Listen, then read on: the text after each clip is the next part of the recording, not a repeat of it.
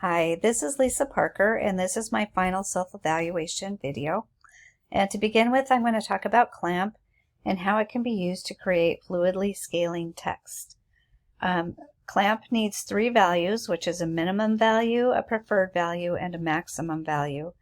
And it won't get any smaller than the minimum value or any larger than the maximum value.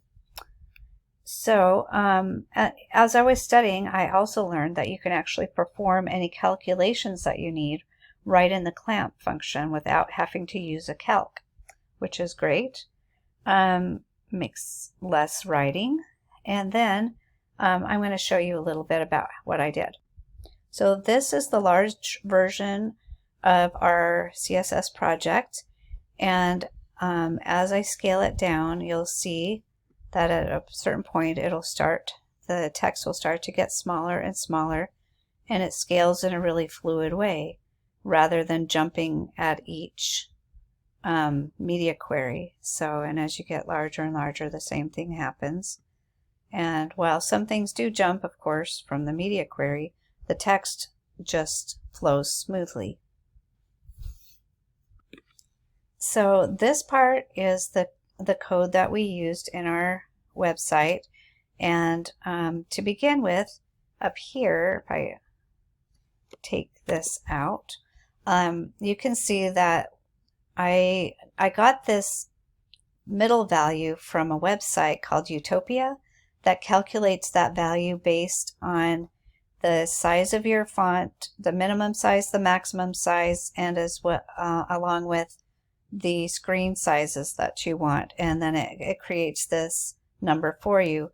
But you really don't need the calc, so I took it off just to try it out, and ran it, and it worked just fine. So I'm gonna put this back and save, and then I'll show you that with or without the calc it works the same. So that's a really good thing to know. So the next thing I'd like to talk about are variable fonts.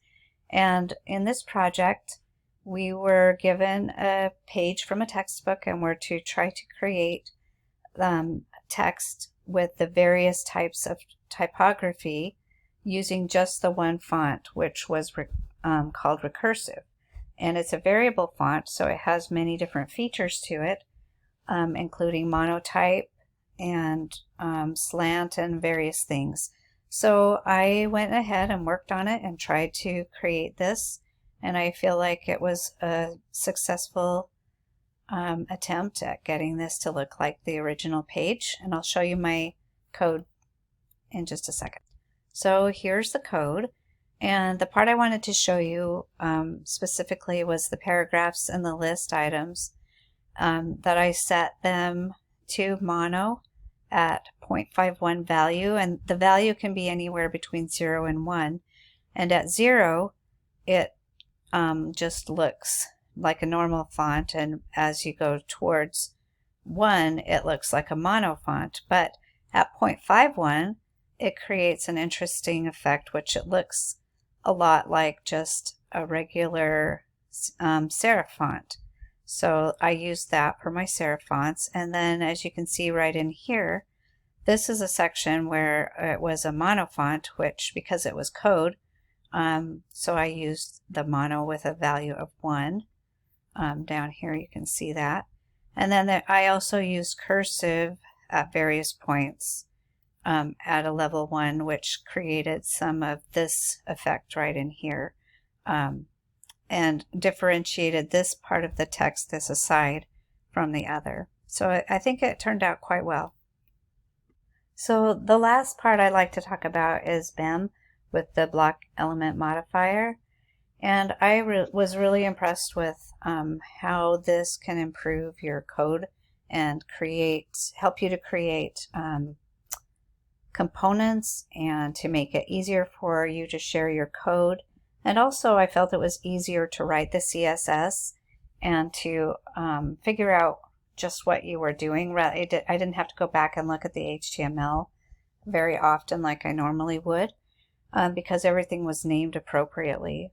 So in the prove assignment, which was this cart, we were to create this cart using a BEM system, and we wrote the HTML and the CSS. So this is the HTML, and as you can see, here's the cart, and all of the various elements are named appropriately with cart, because this is one component and it's a cart, so everything relates back to that. And then if there needed to be any modifiers, then we use the double dash here and added modifiers, so that, like in this particular case, this was a cart item and it was the top one, so it needed to be styled slightly different than some of the others, so that's why the modifier was put in place. Anyway, then on the SCSS, writing all the code also made it really easy to nest all of the items as they were named very similarly, and it reduced the time it took me to write the code, and it makes a lot of sense as you're going through it. So I really was very happy to learn about this and to be able to learn how to utilize it better. I feel like it's a very good tool to use. It just makes everything look and feel a lot more organized, and like it would be easier to explain what you've been doing to others in your group. So to wrap things up, I just wanted to say how grateful I am for all of the things I've learned about CSS this semester. It's been incredibly eye-opening and has put my skills and understanding on a much higher plane. It's also helped me improve my research skills and has invigorated my interest in learning more about CSS.